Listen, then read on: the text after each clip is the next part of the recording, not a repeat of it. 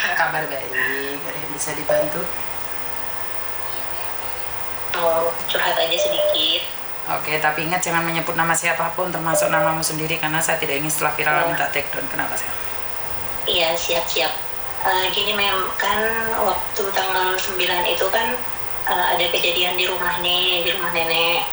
Kejadian apa sih? Nah, si nenek kan pulang dari pasar kan, bawa surat gitu kan, bawa surat.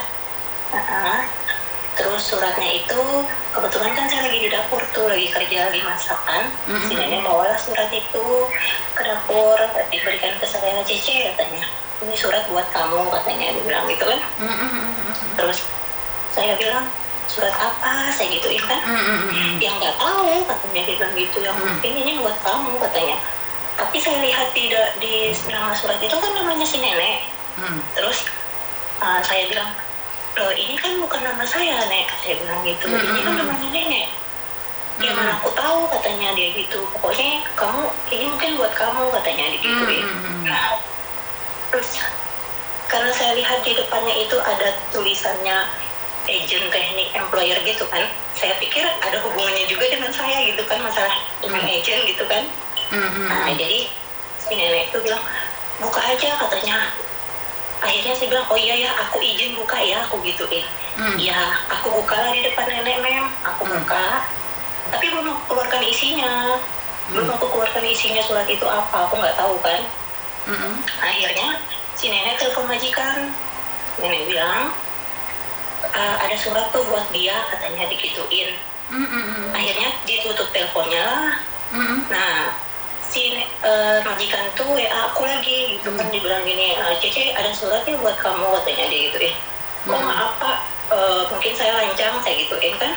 Ini ada surat, memang ada surat dikasih sama nenek, saya lagi posisinya di dapur, saya gituin.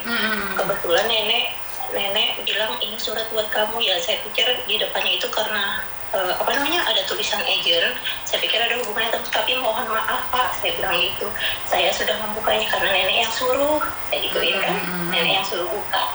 Terus di WA lagi saya, di WA saya, dia bilang, kenapa kamu berani buka, katanya, kalau bukan itu namamu, kenapa kamu berani buka? Terus saya bilang, oh iya Pak, kalau begitu saya minta maaf, saya gituin, mungkin ini pertama kalinya saya buat salah, saya gituin kan. Akhirnya ditelepon lagi Mem, ditelepon ke rumah. Mungkin marah sama nenek, akhirnya nenek bilang ke majikan, aku nggak pernah kasih dia, katanya. Dia ngambil sendiri di dalam tas aku itu surat, di dalam kamar, aku lagi di kamar mandi, katanya. Dia gituin.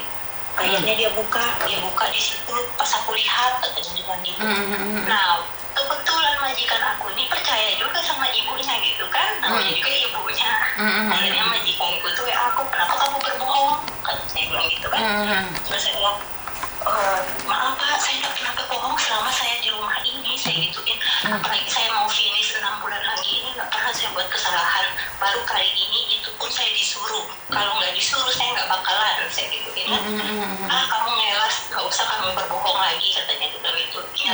Nyata ibu saya bilang kalau surat itu kamu ambil sendiri di dalam tas dan kamu membukanya. Ya saya sudah nggak bisa ngomong apa-apa Mem, saya diam aja gitu kan. Saya diam, saya cuma bisa bilang minta maaf.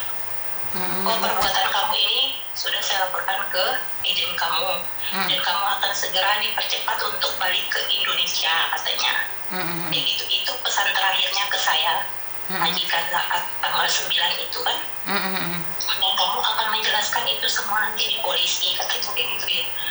Saya mikir, loh aku kok dilaporin ke polisi, asal aku apa gitu kan. Tapi ya bisa aku terima aja, kalaupun polisi datang aku bisa menjelaskan. Kebetulan di sini kan juga nggak ada CCTV Mem. Jadi nggak ada CCTV, ya aku jelaskan apa adanya lah. Kalau diterima sama polisi aku sudah siap kan gitu. Tahu-taunya majikan aku datang Mem, tapi nggak bawa siapa-siapa sih, datang sendiri. Dia bilang, dia marahi aku, dia bentak aku, kenapa kamu berani buka, entah itu nama aku, nama ayah aku, nama ibu aku, jangan sekali-kali kamu membukanya, katanya. Kalau bukan nama kamu, katanya digituin. Ya aku diam aja Mem, diam aja, nggak ngomong, nggak apa, aku cuma bilang maaf Pak, maaf dan maaf. Saya sudah laporkan ini masih mau ke Eden, jadi kamu harus dipercepat pulang ke Indonesia katanya. Jadi aku terima aja mem, di tanggal 9 itu aku terima, aku pikir hari itu juga aku dikeluarkan gitu kan, tapi kan enggak gitu. Terus yang kedua mem, aku pengen bertanya mem, di sini kan aku jobku juga kakek kan mem. Terus terkadang majikan itu suka bahasanya dibilang minta tolong ya minta tolong, bilang minta tolong itu nggak pernah sih, cuma dia sering suruh aku ke rumahnya gitu loh, suruh bantu kerja gitu kan, suruh bantu kerja. Terus kadang sih aku bersihkan rumah gitu, masak gitu kan, itu pun di jam yang biasanya sore, karena majikanku kan pulang kerjanya sore. Biasanya sore sampai 10 malam aku di rumah majikanku di beda tempat gitu kan, di beda tempat. Nah di situ aku dibayar tuh hari-harian gitu sih mem, nggak setiap hari sih, kadang 2 hari gitu aku disuruh datang. Situ aku dibayar $40 mem, 1 kali kerja. Kebetulan patadong juga, aku kan beli sendiri mem patadongku. Nah jadi itu tadinya aku berpikir apakah nggak apa-apa gitu loh mem, aku dipekerjakan seperti itu gitu loh mem. Terus kamu komplain ini karena kamu kemarin dimarah majikan, atau sebenarnya dari awal kamu komplain? Enggak aku komplain sih kalau masalah kerjaan itu nggak komplain, karena cuma yang dia permasalahkan. Karena gini, sekarang kan kamu lagi dimarahin majikan, terus kamu ngungkit-ngungkit tentang kamu disuruh kerja lain rumah. Jika majikan marah sama kamu karena kamu ngungkit itu juga, kamu bisa dipolisikan loh, Mbak. Paham nggak? Kenapa? Karena itu melanggar undang-undang. Jika kamu dari awal tidak setuju, maka katakan tidak. Tapi kamu dari awal sudah kerja, bahkan kamu menerima upah. Jadi kalian berdua itu salah. Iya. Tapi kalau masalah keberatan kerja itu enggak sih mem. Cuma masalahnya itu yang dipermasalahkan tetap itu salah. Itu dipulangkan apa enggak itu loh mem. Sekarang masalah bekerja di 2 rumah itu salah. Tetap itu salah. Jadi kalau kamu bilang nggak apa-apa itu tetap salah. Tapi menjadi masalah besar karena kamu mau menerima upah tersebut. Ini yang pertama. Gitu, tentang pemulangan lebih awal atau tidak itu adalah terserah dari majikan. Karena walaupun kamu 1 bulan atau 2 bulan sebelum finish kontrak majikan tidak menyukaimu, kamu boleh dipecat kapanpun mereka mau. Jadi bukan karena alasan kamu buka surat majikan. Nah, inilah shock culture lagi yang harus kalian belajar. Ini Mbak, surat yang ada di tangan saya ini 2 bulan yang lalu itu sama Koko Thomas diterima, tapi atas nama saya. Koko Thomas itu tidak pernah berani membuka, padahal itu anak saya. Itulah bedanya Hong Kong. Kalau Indonesia siapa aja merasa keluarga kan dibuka. Kalau di Hong Kong nggak boleh sih. Nggak boleh. Iya benar. Iya. Jadi kalau di Hong Kong nggak boleh. Karena itu saya selalu minta buat kalian jangan membuka surat yang bukan punyamu. Iya. Malu aku kan orangnya bingung kan mem saat itu kan, karena aku disuruh jadi aku manut aja gitu kan. Manut aja gitu. Tapi selama aku bekerja di sini nggak pernah sekalipun, walaupun aku yang bagian ambil surat di bawah apartemen itu nggak pernah aku buka. Memang nggak pernah aku buka. Aku sering WA majikan, ini ada surat Pak buat Bapak gitu. Oh ya nanti saya ambil gitu kan. Karena itu adalah jebakan loh. Karena itu adalah jebakan. Jebakan kan. Oh, cuma hari itu tumpen banget gitu loh mem, aku kok berani gitu karena disuruh gitu kan, jadi aku manut aja gitu. Ini gini loh Dok, sebentar, kamu tahu itu adalah sumur, kamu suruh lompat nggak sayang? Saya nanya nih. Itu udah mem, aku nggak sampai kepikiran ke situ gitu loh mem, jadi aku mikirnya oh begini ya, akhirnya aku tuh kena sendiri gitu kan. Ya makanya di konten-kontennya Miss Yuni sudah mengingatkan berkali-kali, siapapun apapun alasannya, surat bukan namamu, kamu tidak berhak membuka. Majikan aja nggak boleh buka loh, kamu boleh ngelaporin majikan kalau majikan buka surat kamu yang atas nama kamu. Ngerti? Iya. Itulah Hong Kong, privasinya sangat-sangat sekali. Jangan diulangi lagi ya sayangnya. Iya, malu aku juga kan pertama kali juga kan mem, jadi aku tuh nggak pernah gitu loh, kalau nggak disuruh ya enggak gitu kan, cuma bukan kalau ini aja kalau ini bukan masalah enggak dan enggak sayang, ini fatal sekali sayang. Paham nggak maksudnya Miss Yuni? Jadi Iya, jadi saat itu ini nggak majikanku bercanda. marah besar, Mem. Betul. Jadi saat itu majikanku marah besar dan nenek juga bilang kan kalau bukan dia yang ngasih gitu kan, dan dia bilang aku yang ambil sendiri ke kamar kan gitu.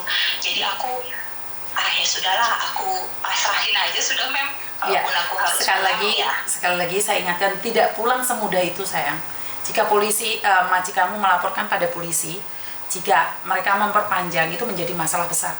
Karena surat itu bukan nama kamu, siapapun yang menyuruh jangan dibuka. Ngerti nggak? Siapapun yang menyuruh kamu, bukan atas namamu, jangan sesekali dibuka. Walaupun nenek yang nyuruh, majikan yang mau, Mai Datai, aku ambil video dulu boleh nggak? Kalau kamu yang nyuruh. Jadi kalau nenek maksain, kalah kamu, ngerti? Iya, itu kayaknya apa namanya, karena aku nggak ada bukti juga kan. Nggak ada bukti. Itu kan. Ini kalau di video, sing sana, Bobo nyuruh aku buka ini boleh nggak? Nah itu beda, bener nggak? Iya. Kalah kamu.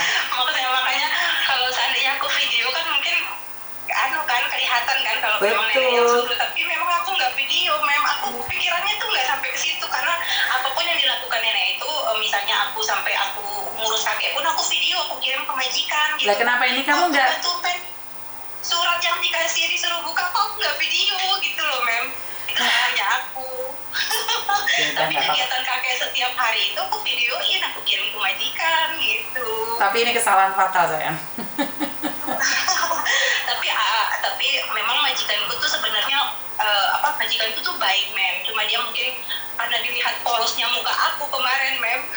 jadi dia cuma bilang ya sudah, kalau yang penting aku sudah ngomong sama agent kamu, perbuatan dan perilaku kamu hari ini, katanya dia gituin, tapi kamu akan tetap dipercepat pulang ke Indonesia. Ya aku terima aja, Mem. Ya, apapun, karena aku memang salah kan, memang salah di situ. Ya udah, yang penting nggak di backlist saja. Kalau mau cari majikan cari Koko Thomas ya sayangnya. Oke, siap. Nggak boleh lagi loh buka surat-suratnya orang ya. Iya, Mem. Aduh, kapok aku, Mem. Bener-bener aku kapok banget, Mem. Baru sekali itu aku buat kesalahan selama aku di dalam rumah kakek ini. Baru sekali itu. Okay. Kesalahan yang lain nggak pernah aku lakukan. Cuma baru sekali itu. Oke, siap. Yaudah, jangan diulangi ya. Iya, Mem. Makasih, Mem, ya. Terima kasih. Inilah yang sering saya katakan bahwa culture shock, saya sopo. Jadi jangan macam-macam dengan majikan, karena buka surat majikan itu adalah bisa dikatakan kriminal ya kalau di Hong Kong ya. Ini loh surat saya sudah berapa bulan ini, Koko Thomas saja nggak berani buka. Jadi hati-hati ya teman-teman ya. Di dalam segala tindakan di Hong Kong ini banyak sekali pasal-pasal yang kita tidak pahami dan bahkan kita tidak tahu. Dan mungkin itu aja hari ini dari saya. Terima kasih, kurang lebihnya saya minta maaf, dan wassalamualaikum warahmatullahi wabarakatuh. Berkat Tuhan mengalir atas hidup kita semua. Semoga semua makhluk hidup bahagia dan selalu bahagia, bagi yang tidak nampak dan yang nampak.